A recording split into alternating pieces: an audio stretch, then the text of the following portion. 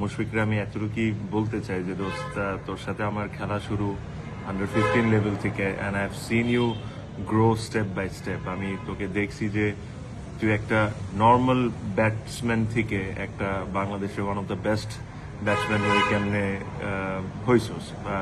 অনেক মানুষ হয়তোবা আপনারা ওর হার্ডওয়ার্কটা দেখার সুযোগ হয় নাই।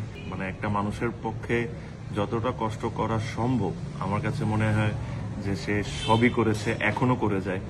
আমরা এটা নিয়ে অনেক সময় হাসাহাসিও করি যে একটা মানুষ এত কষ্ট করে কেন, বাট তার ডেডিকেশন, তার খেলার প্রতি ভালোবাসা, ইট ইজ ইমেন্স। এটা আমি কথায় কোনোদিন কাউকে বুঝাতে পারবো না।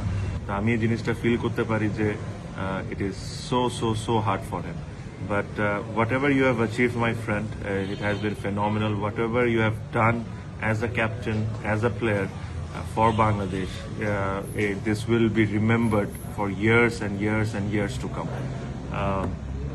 এখনো তুই একটা ফরম্যাট খেলবি, test format, and I really hope and pray that you do well and you at least play the 100 test, যেটা বাংলাদেশে এখন পর্যন্ত কোনো ক্রিকেটার খেলে নাই। Very very emotional at the moment.